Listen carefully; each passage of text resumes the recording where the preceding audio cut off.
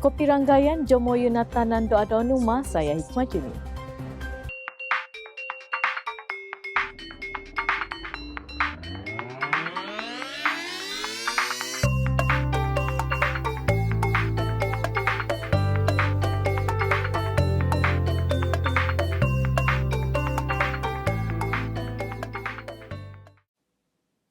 Datuk Seri Panglima Haji Muhammad Syafiq bin Haji Abdal mendedahkan 2 kontrak tanah milik Yayasan Sabah yang diberikan selama 100 tahun kepada ahli keluarga Tan Sri Musa Ahmad dan Datuk Seri Anifah Oman pada tahun 2015 dan 2018.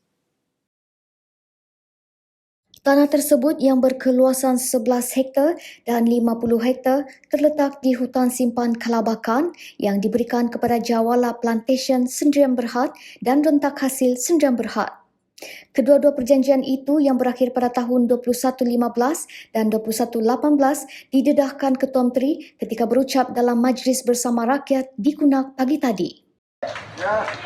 Ini peta Yayasan Sabah. Apa yang disebutnya di sini? Ini Jabatan Perhutanan Sabah. Sulit lagi.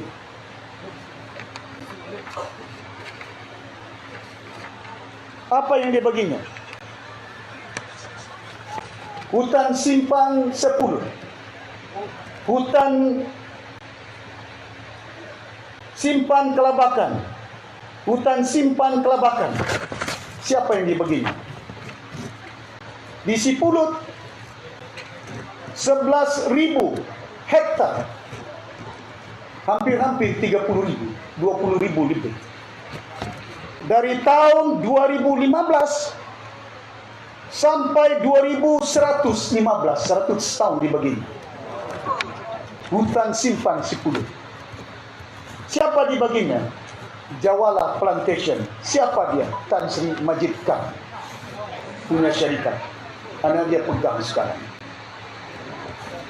Hutan simpan Kelabakan, hutan simpan Kelabakan, hutan simpan Kelabakan. Keseluruhannya 11.000 hektar. Siapa punya? Hutan Kita Plantation Sendirian Berhad. Syarikat siapa ini? Ini keluarganya, namanya syarikat ini yang dimiliki oleh keluarga si Amin Khan.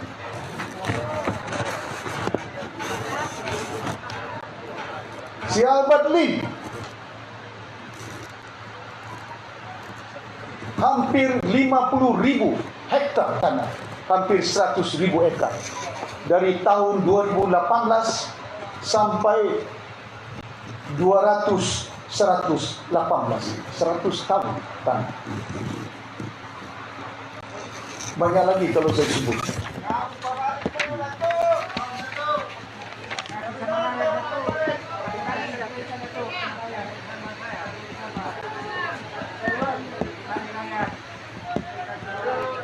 Syarikat Yayasan Sabah.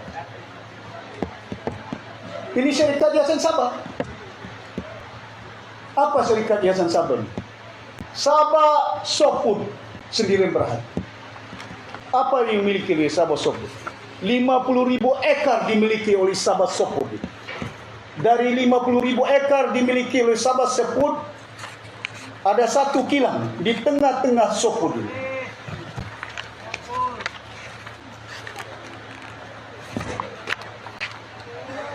Di tengah-tengah Sopud itu, satu kilang nama dia Rentak Hasil Sendirian Berhad.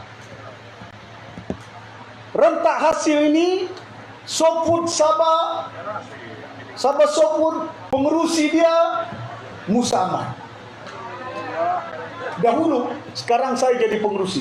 Pasal otomatik Ketua Menteri jadi pengerusi.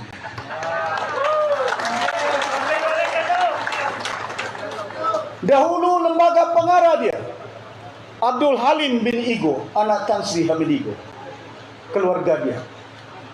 Rentak Hasil anak syarikat Sopud, dimiliki oleh Sopud 50%. Rentak Hasil dimiliki oleh Perintis Bernas Sendirian Berhad 5%. Siapa milik rentak hasil ini? Yang miliki syarikat di tengah-tengah Sopud. yang ada perjanjian bagi CPO minyak kelapa sawit 100 tan ribu setiap 1 tahun perjanjian dia. Renta hasil, siapa punya syarikat? Pemilik dia, anak Siani Pak Aman.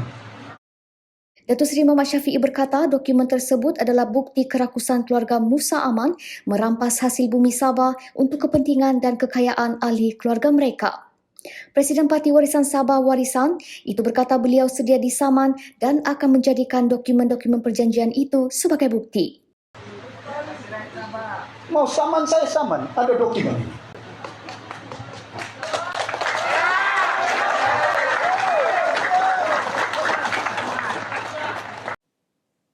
Suruhanjaya Pilihan Raya SPR diminta tidak melonggarkan peraturan sedia ada termasuk syarat kelayakan parti bertanding yang wajib berdaftar dengan Jabatan Pendaftaran Pertubuhan ROS. Kalau gitu peraturan, sesebuah parti hanya akan boleh menggunakan lambangnya yang berdaftar di bawah ROS.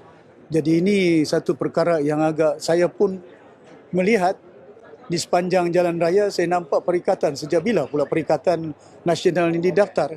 Yang saya tahu cuma Parti Bersatu, cuma Barisan Nasional yang layak bertanding. Tapi mana badan organisasi yang tidak berdaftar tidak akan boleh bertanding.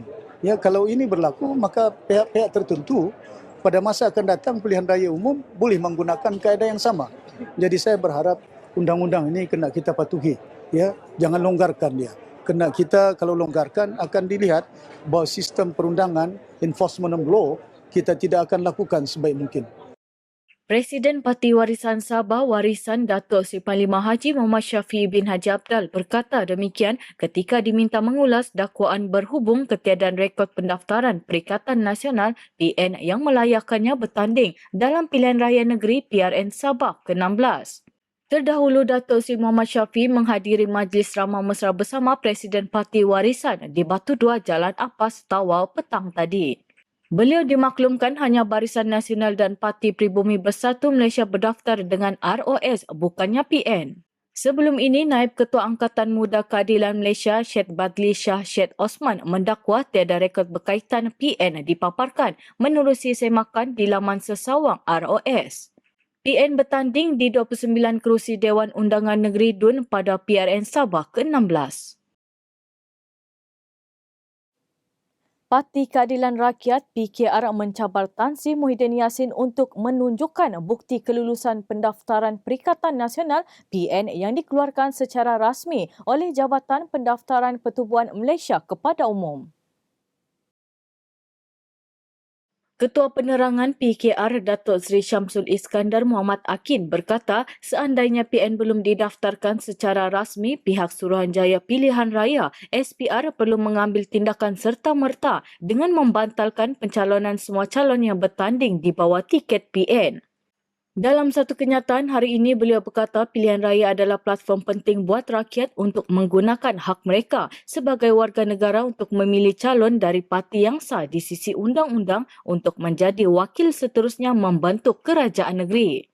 Sekiranya calon yang mewakili sebuah pertubuhan haram dibenarkan untuk bertanding, ini adalah satu penghinaan kepada sistem demokrasi berparlimen di Malaysia dan juga buat rakyat khususnya warga Sabah.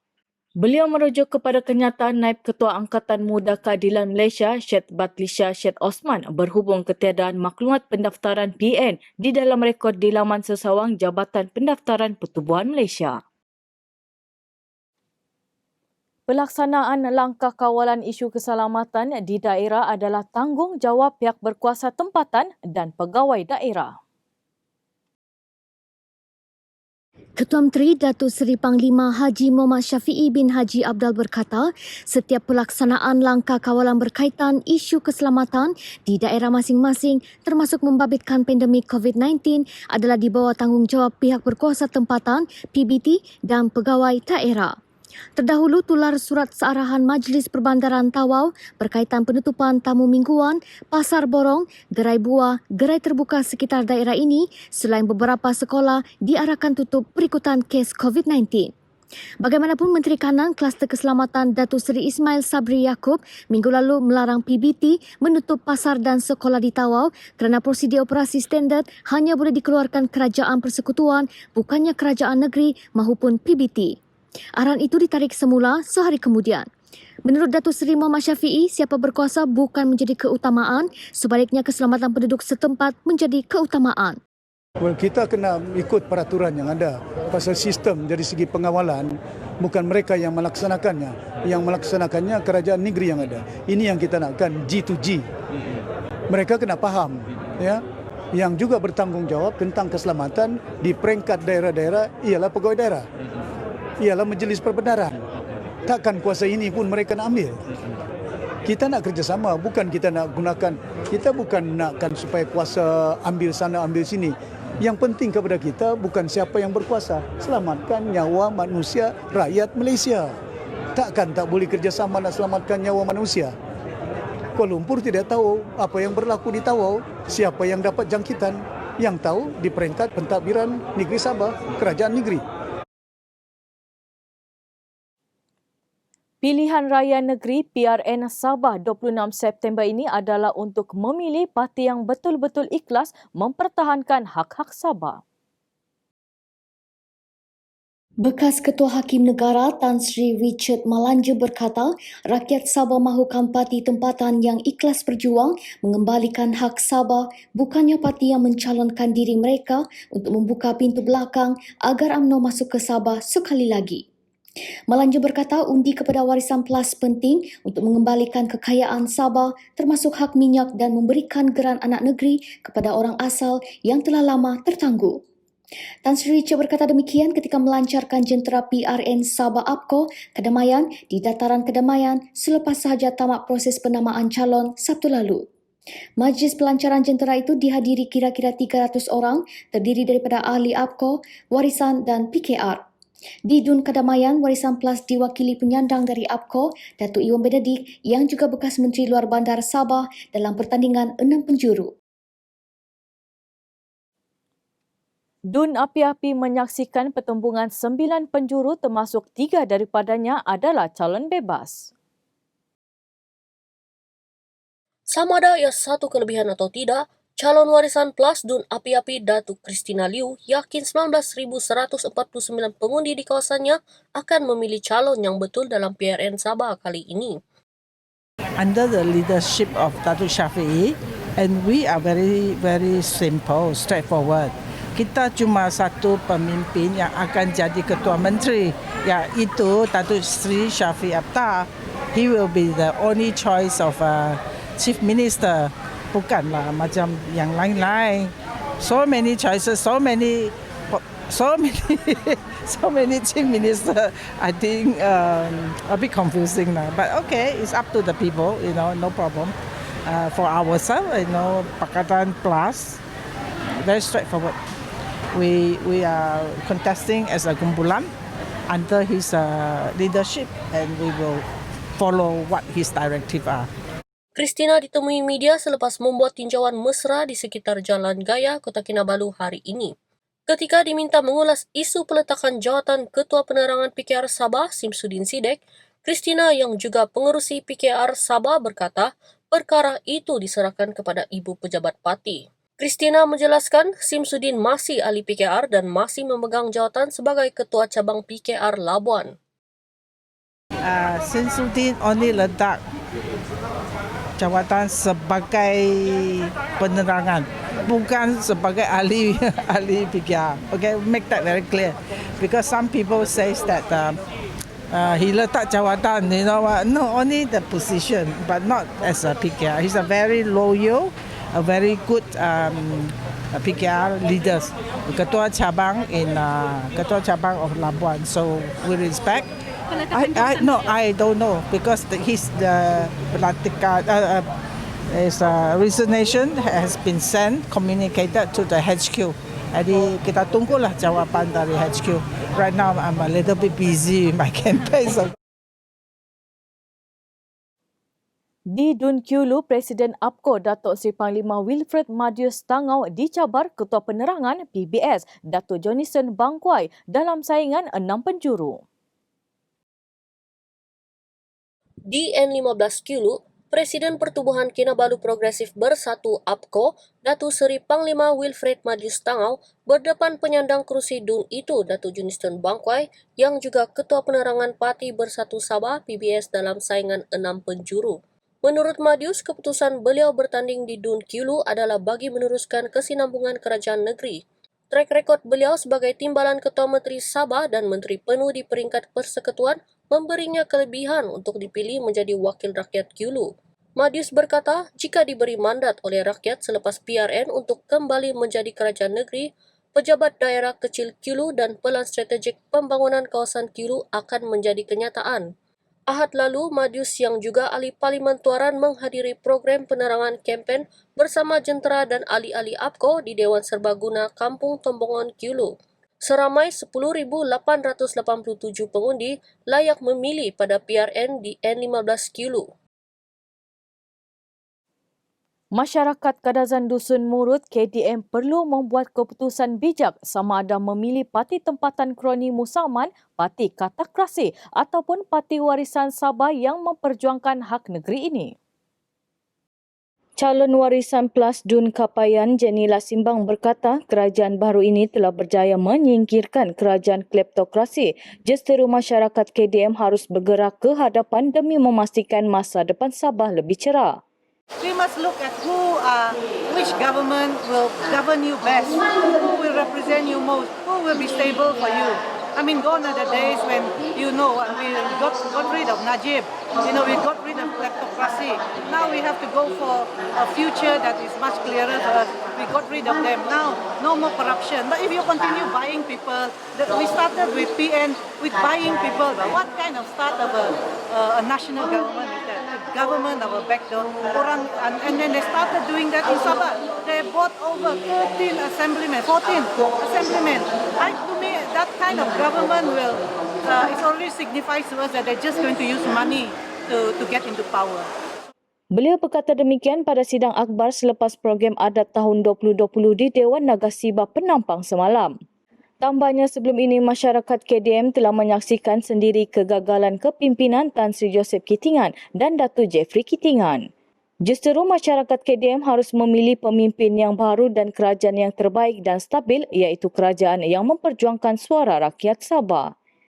The KDM are concerned, I think they have seen the strength of Pyrin before, but he has already lost his strength as a leader.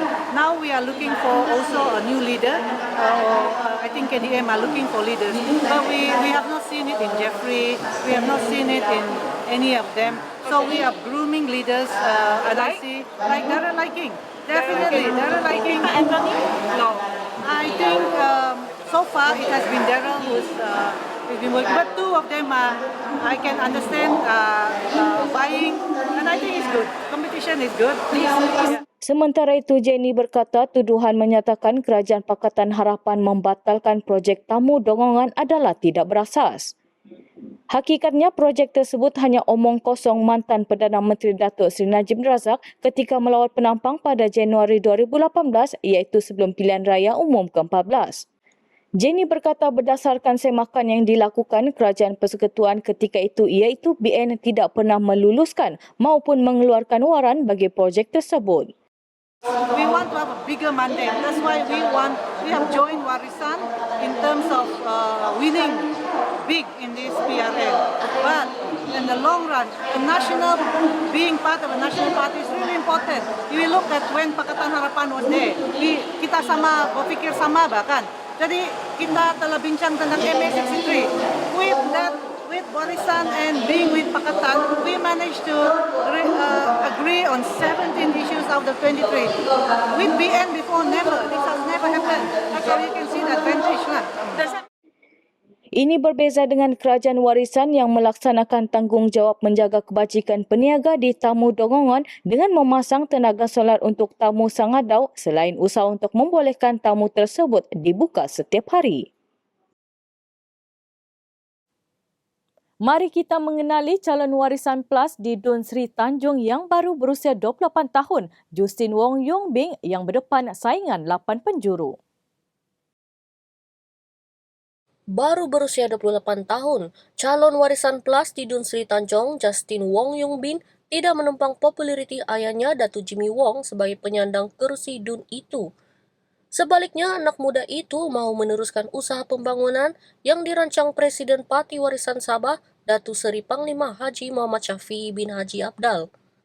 Justin yang berdepan saingan 8 penjuru optimis untuk menggalas tanggung jawab sebagai wakil rakyat bagi memastikan Tawau terus berkembang pesat, khususnya dalam bidang pelancongan yang membantu ekonomi penduduk setempat. Saya akan offer myself as a new person, as a new candidate to revitalize Tawau dengan dynamism. Sebab saya rasa Tawau memang berpotensi dari segi pelancongan, dari segi pembangunan memang kami perlu kasih usahakan sebab kalau kami melihat sebelum PKP memang banyak pelancong asing yang datang ke Sabah khususnya di Tawau, mereka datang sini dan pergi ke Semporna. Jadi kalau kali ini kami dapat bentukan kerajaan, saya harap saya dapat tawarkan sedikit sebanyak perubahan. Justin menjelaskan penglibatannya dalam politik didorong budaya lompat parti dalam kalangan wakil rakyat Julai lalu yang mencetuskan pembubaran Dun Sabah. Jadi culture ini macam rasanya macam culture dirasakan macam culture Sabah. Jadi saya the reason why I want to join politics is to let people know that kasih orang yakinkan bahawa kami masih ada hope. Ya, kami masih ada peluang untuk memperbaiki keadaan begitu. Saya Hikmah Juni, palat-palat, kopi nama toko kagu.